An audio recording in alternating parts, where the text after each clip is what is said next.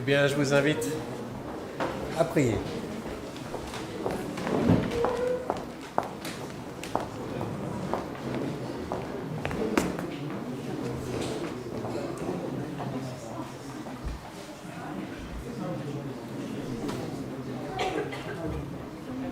Notre Père, nous voulons maintenant faire silence devant toi. Écouter ta parole. À qui irions-nous? Tu as les paroles de la vie éternelle. Amen. Bienvenue aux rescapés qui ne sont pas à l'EMAS et à ceux qui sont à distance, qui nous rejoignent de loin. Un homme s'est lancé un défi. Il a décidé de traverser un désert. Il est bien équipé. Il s'élance à travers le désert. Alors c'est difficile. Il souffre. Mais chaque pas est une victoire sur lui-même. Il a décidé de le faire. Et puis au bout du chemin, il y a une voiture qui l'attend. Un ami qui va venir le chercher, qui va le raccompagner chez lui, il va retrouver sa maison, son foyer, sa famille, sa sécurité. Un homme traverse un désert pour fuir son pays. Il n'a plus d'avenir dans son pays. Chaque pas lui pèse.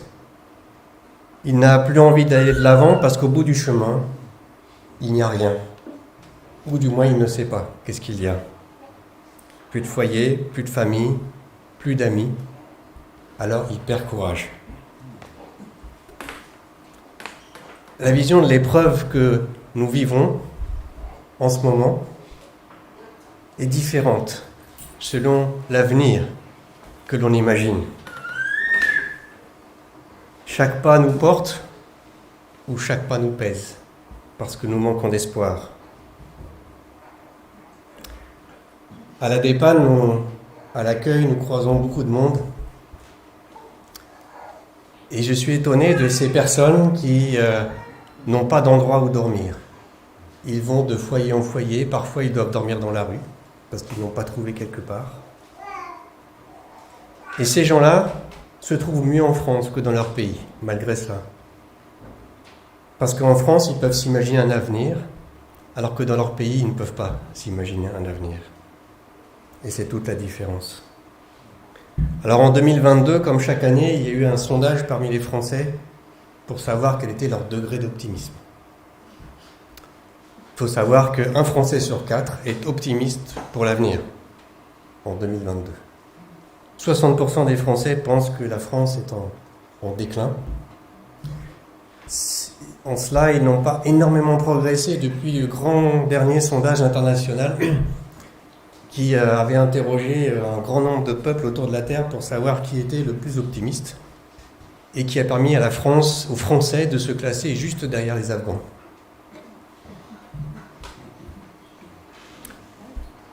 L'optimisme est un débat qui est très fort dans les réseaux sociaux. Beaucoup veulent mettre en avant l'optimisme, il faut être optimiste. Et certains qualifient cet optimisme de naïveté. Sans aller jusqu'à Bernanos qui disait que l'optimiste est un bienheureux imbécile et le pessimiste est un malheureux imbécile.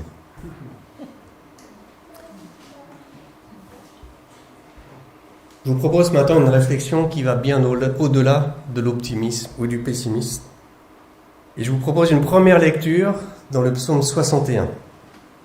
Nous lirons le début du psaume 61, les versets 1 à 6. De David. Ô Dieu, écoute mes cris, sois attentif à mes prières. Du bout de la terre, je crie à toi, le cœur abattu. Conduis-moi sur le rocher que je ne puis atteindre. Car tu es pour moi un refuge, une tour forte en face de l'ennemi. Je voudrais séjourner éternellement dans ta tente, me réfugier à l'abri de tes ailes. Car toi, ô Dieu, tu exauces mes vœux, tu me donnes l'héritage de ceux qui craignent ton nom. Je vous invite à une deuxième lecture dans le Nouveau Testament, dans la deuxième épître aux Corinthiens, au chapitre 4. Nous lirons les versets 16 à 18. 2 Corinthiens 4, 16 à 18. C'est pourquoi nous ne perdons pas courage. Et même si notre homme extérieur se détruit, notre homme intérieur se renouvelle de jour en jour. Car nos légères afflictions du moment présent produisent pour nous, au-delà de toute mesure, un poids éternel de gloire, parce que nous regardons non point aux choses visibles, mais à celles qui sont invisibles. Car les choses visibles sont passagères et les invisibles sont éternelles. J'aime ces deux textes écrits par deux hommes de foi qui vivent un quotidien qui n'est pas très facile, chargé de souffrances. Le premier est à la recherche d'un refuge sûr, stable, protecteur, sécurisant. Et le deuxième joue avec les idées. L'homme intérieur et l'homme extérieur, la destruction et le renouvellement, la fiction et la gloire, le visible et l'invisible, le passager et l'éternel. La vocation chrétienne nous donnerait-elle un regard différent sur la vie et sur le cours du monde? Nous, chrétiens, donnerions-nous une réponse différente au sondage sur l'optimisme? Pour David, l'auteur de notre psaume, le présent est un drame.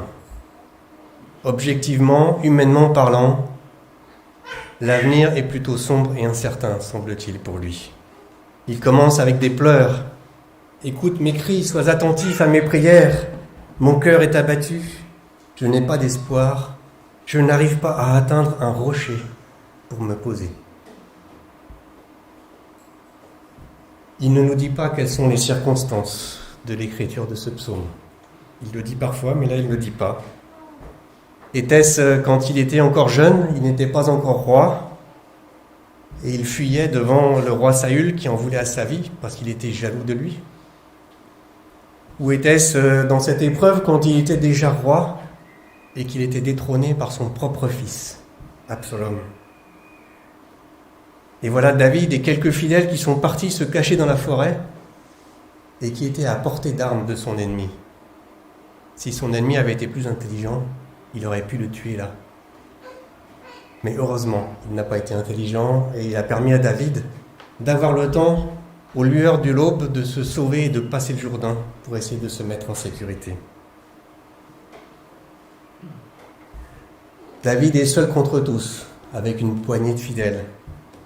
Il y a des espions autour de lui qui peuvent le dénoncer au roi. Il est le roi légitime d'Israël, confirmé par Dieu. Il a été humilié d'avoir été dépossédé. C'est un échec terrible pour David, mais aussi pour son pays. Nous sommes parfois au plus bas dans l'échelle de l'espoir sur cette terre, soit par une situation personnelle, un événement que je ne peux pas changer moi-même, une grave déception dans ma vie, soit on imagine un avenir très sombre à notre famille, notre pays, notre monde, notre planète, avec l'impression que nous courons de catastrophe en catastrophe. Quelle que soit la circonstance du psaume, nous voyons que David a atteint le fond. L'impression qu'avec ses mains, il ne peut rien changer par lui-même. Au début de ce psaume, sur l'échelle du désespoir de 1 à 8, David est à 8. Cette impression de ne pas pouvoir atteindre la sécurité, que ses forces sont insuffisantes pour lutter contre le cours de la vie. Mais David, au fond de sa détresse, nous apprend que sa prière parvient jusqu'à Dieu, même quand on est au fond de la détresse. De n'importe quel endroit, la prière de détresse parvient jusqu'à Dieu.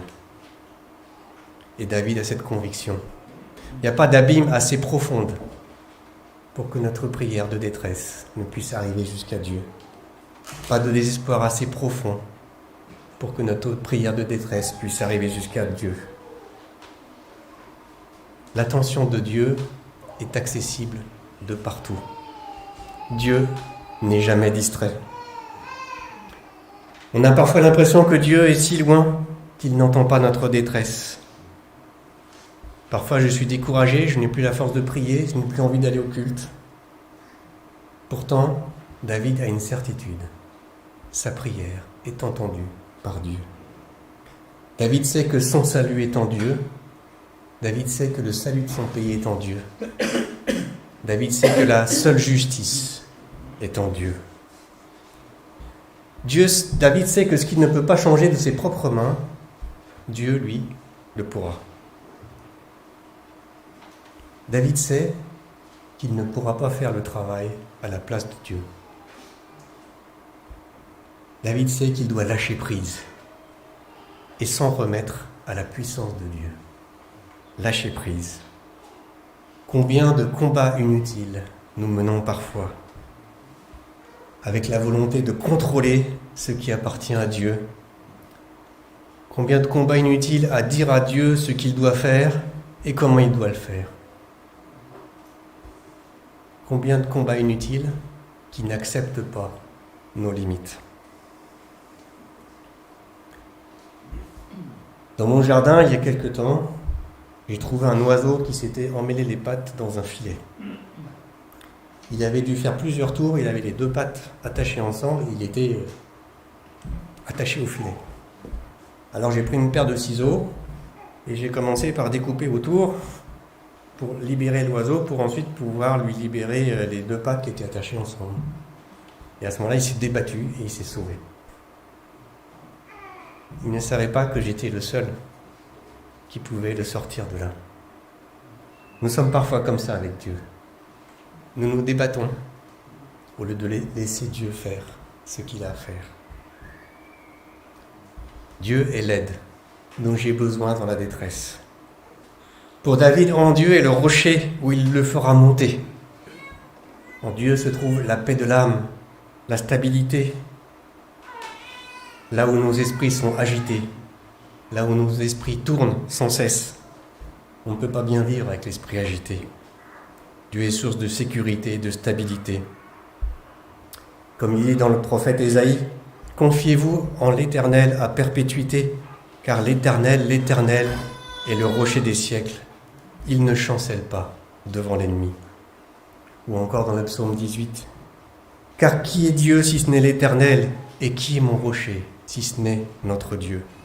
C'est Dieu qui me ceint de force et qui me conduit dans la voie droite.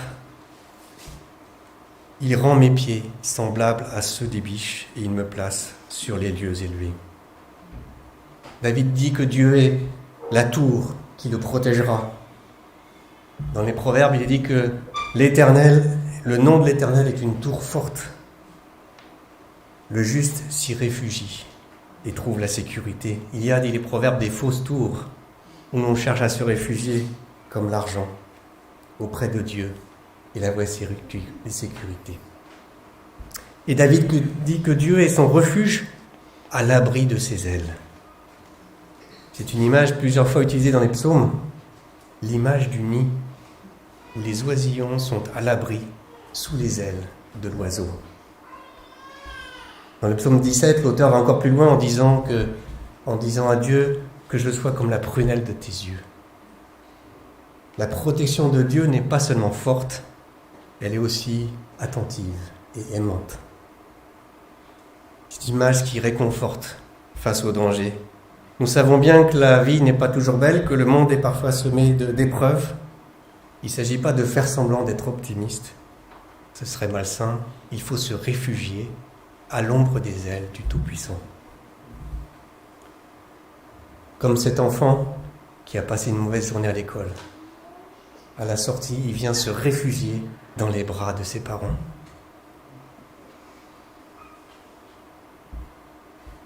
Jésus a dit que ne vend-on pas des passereaux, 2 passereaux pour 1 sou, cependant, il n'en tombe pas un à terre sans la volonté de votre Père, et même vos cheveux sont tous comptés. Ne craignez donc point, vous valez plus que beaucoup de passereaux. L'amour de Dieu compte nos jours et ne s'effacera jamais. David, qui a tout perdu, sa royauté, sa mission, sa dignité, peut dire qu'il compte sur l'héritage que Dieu lui donnera. À la fin du psaume, il dit toute sa confiance en Dieu qui pourra le rétablir dans sa royauté. S'il y a tout à perdre dans notre vie ici-bas, il y a tout à gagner à l'ombre des ailes du Tout-Puissant. Dans l'Épître aux Hébreux, dans ce fameux chapitre qui parle de la foi, des hommes, des femmes de foi, il est dit, c'est dans la foi qu'ils sont tous morts sans avoir obtenu les choses promises. Mais ils les ont vus et salués, reconnaissant de loin qu'ils étaient étrangers et voyageurs sur la terre. Voyageurs sur la terre, c'est une expression aussi que l'apôtre Pierre va reprendre. À vue humaine, la vie sur terre ne pourrait être qu'une aventure sans lendemain, sans avenir. Comme disait cet très ancien philosophe grec Démocrite, le monde est une scène, la vie un passage. Tu es venu, tu as vu, tu es parti. D'ailleurs, hier, je suis sorti faire des courses et je suis passé devant la maison du médecin. Et je l'ai vu là avec ses cheveux blancs. Je lui ai dit, voilà, il a vieilli. Il a beaucoup vieilli. Puis quand je suis revenu, j'ai vu un autre voisin qui taillait ses haies. Puis j'ai trouvé qu'il avait beaucoup vieilli aussi. Nous passons sur cette terre. Mais la Bible ajoute quelque chose. Mais nous sommes citoyens du royaume des cieux, dit Paul dans l'Épître aux Philippiens. Nous n'avons qu'un visa temporaire sur cette terre. Notre pays, notre terre promise, est ailleurs. Donc, ne perdons pas courage, dit l'apôtre Paul dans le texte que nous avons lu. Personne ne veut perdre courage. Dans la vie, il y a des hauts et des bas, et quand nous nous levons le matin, c'est retrouver du courage pour aller de l'avant.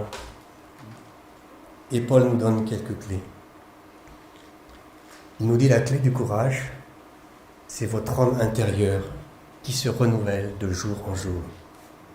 C'est quelque chose de progressif, qui se construit dans le temps, un processus continu. Paul ailleurs nous invite à revêtir un homme nouveau. Cela vient de la communion avec Jésus qui nous transforme de jour en jour. Jésus a dit, je suis le cep, et vous êtes les sarments qui sont attachés au cep. Je vous donne cette vie intérieure sans laquelle vous perdrez courage. Comme le sarment reçoit la sève du cep auquel il est attaché, ainsi on a une source de vie en nous, dans la communion avec Dieu, qui jaillit, dit Jésus, jusque dans la vie éternelle. Nous souffrons parfois, mais chaque instant de communion avec Dieu nous renouvelle, nous transforme, nous fortifie. Ce ne sont pas des temps de prière artificiels, c'est une vraie connexion avec Dieu. Une vraie vie dans le prier sans cesse de Paul. Je l'entends comme ça. Chaque instant de ma vie. Ce n'est pas que je dois m'enfermer au séminaire pour prier du matin au soir, c'est que chaque instant de ma vie doit être connecté à Dieu pour que mon homme intérieur se renouvelle.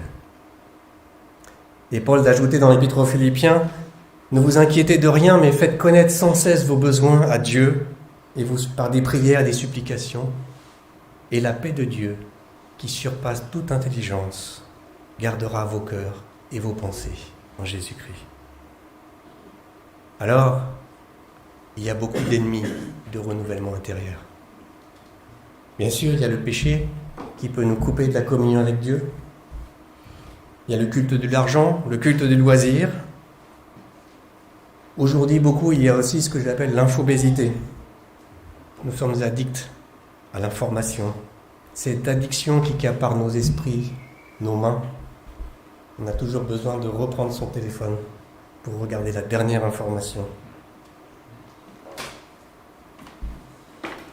Je ne sais pas combien de fois j'ai reçu l'information que la reine Elisabeth II était décédée. Je crois que tout le monde a répercuté sur les réseaux des milliards de fois. C'est de l'infobésité. Trop d'informations. Aujourd'hui, le monde ne communique que de manière hyperbolique. Notre monde de travail et notre monde personnel aussi est un terreau de dépression et de burn-out. Parce qu'il y a trop. Une de mes filles m'a recommandé un canevas pour structurer sa méditation personnelle parce que moi je suis comme tout le monde. J'ai tout le temps besoin de retravailler sur mes temps de communion avec Dieu. Et dans ce canevas, tout à coup il me dit « Vous allez maintenant prendre 2 minutes en silence devant Dieu. » 2 minutes de silence. C'est long. C'est très long. Très long. Est-ce qu'il va se passer quelque chose sur mon téléphone, une information importante qui va arriver dans ces 2 minutes? Combien j'ai besoin de temps de silence face à Dieu dans un monde de bruit, un monde éternel de bruit. Quand j'étais enseignant en Jordanie, cet épisode-là je ne voulais pas raconter, il y avait la récré au milieu de la matinée. Et tous les enseignants français, nous nous précipitions dans nos bureaux pour préparer ce qui va arriver après la récré, les cours suivants. Est-ce que j'ai tout prêt? Est-ce que j'ai bien dans la tête? Faut que je leur explique la résolution du triangle sphérique tout à l'heure. Et pendant que nos esprits étaient dans le chaos, nos collègues jordaniens, ils entraient dans la pièce centrale où il y avait des divans. Ils s'asseyaient et ils faisaient silence. Je ne suis pas certain que mes cours étaient meilleurs que les siens. Je pense que nous avons besoin de ces temps de silence, de renouvellement avec Dieu, des temps de contemplation, des temps où il n'y a rien d'autre, pas d'information, pas de théologie, rien. Rien que nous et Dieu, tels que nous sommes. Parce que la communion avec Dieu est un temps doux et apaisé. Vous savez, comme Moïse qui a vécu cette chose, Moïse voulait voir la gloire de Dieu, absolument. Et Dieu dit non, c'est pas possible. D'ailleurs, les prophètes qui ont cru voir la gloire de Dieu, ils étaient terrorisés, ils pensaient qu'ils allaient mourir. Et Dieu dit non, je vais te cacher dans le creux du rocher et je vais passer. Voici que le Dieu très saint, très glorieux, il nous met sous sa protection d'une manière attentionnée.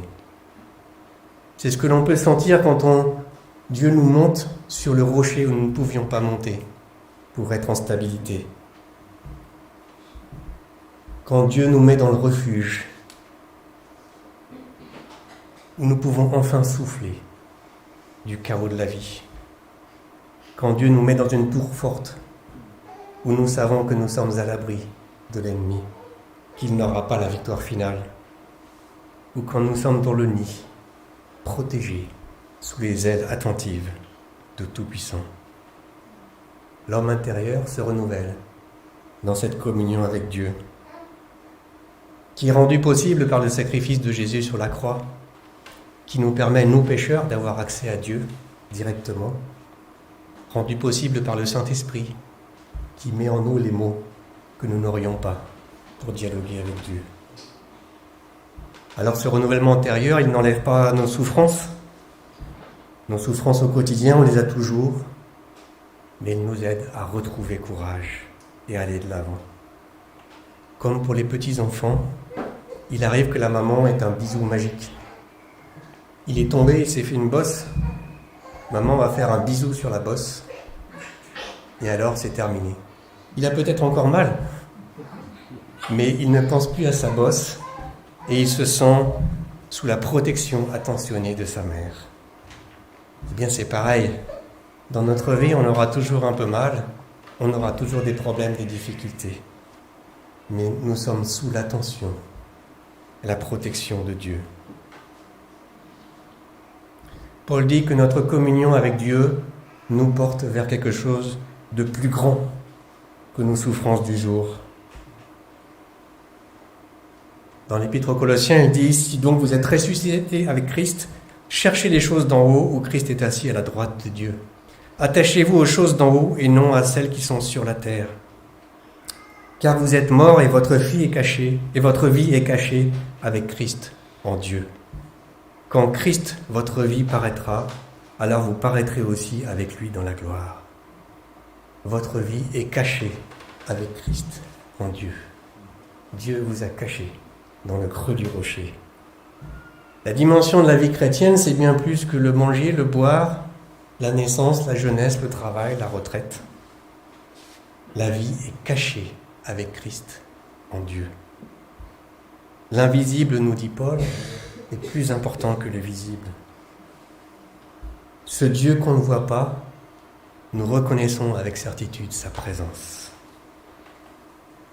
Car c'est en espérance que nous sommes sauvés, est-il dit dans l'Épître aux Romains. Or, l'espérance qu'on voit n'est plus espérance. Ce qu'on voit, peut-on l'espérer encore? Mais si nous espérons ce que nous ne voyons pas, nous l'attendons avec persévérance. Et cette espérance, est-il dit dans l'Épître aux Hébreux, nous la portons comme une ancre de l'âme, sûre et solide. Nous vivons dans l'attente de la gloire éternelle de Dieu, dans l'attente du règne de Dieu. Et Jésus, dans la prière qu'il nous a enseignée, nous apprend à le dire en premier, avant toute chose, que ton règne vienne. La vie sur terre n'est que le début d'une aventure. Alors cette perspective éternelle et cet espoir ont soutenu Paul et David au milieu des souffrances temporaires. Paul n'oppose pas en nous ce qui est intérieur et ce qui est extérieur. Nous sommes un. Nous sommes un. Mais il nous rappelle que ce qui est visible est temporaire et ce qui est invisible est éternel. Il nous rappelle que le chaos sera remplacé par une gloire qui ne s'estompera jamais. Ce que l'homme intérieur peut voir surpasse ce que nos yeux peuvent voir. Alors 1 Français sur 4 est optimiste pour l'avenir. Les Français auraient sans doute bien besoin de voir l'invisible pour reprendre courage, n'est-ce pas? Un homme a écrit d'ailleurs cette lettre. Monsieur l'optimiste, bonjour. Monsieur le pessimiste, bonjour. Pendant que vous discutiez pour savoir si le verre est à moitié vide ou à moitié plein, je l'ai bu. Signé l'opportuniste.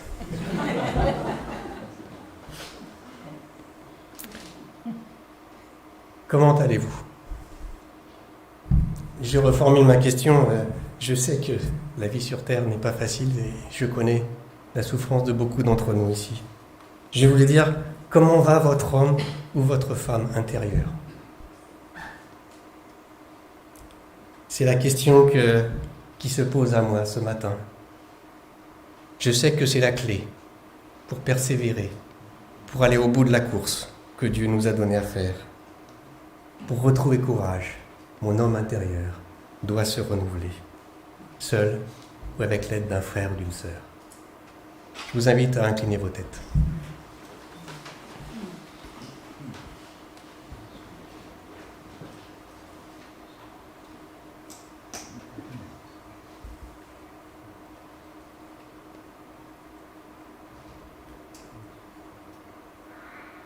Notre Père, nous confessons ce matin que la course de la vie, pour nous croyants, elle n'est possible que parce que tu nous aides à prendre courage en renouvelant notre être intérieur. Parce que cette communion avec toi nous apporte la protection, l'attention, l'amour dont nous avons besoin. Merci parce que tu connais chacun de nous, ici au temple et ceux qui sont loin. Tu connais nos difficultés, Seigneur, et nous voulons prendre au mot l'ordre de l'apôtre Paul. Ne perdons pas courage. Amen.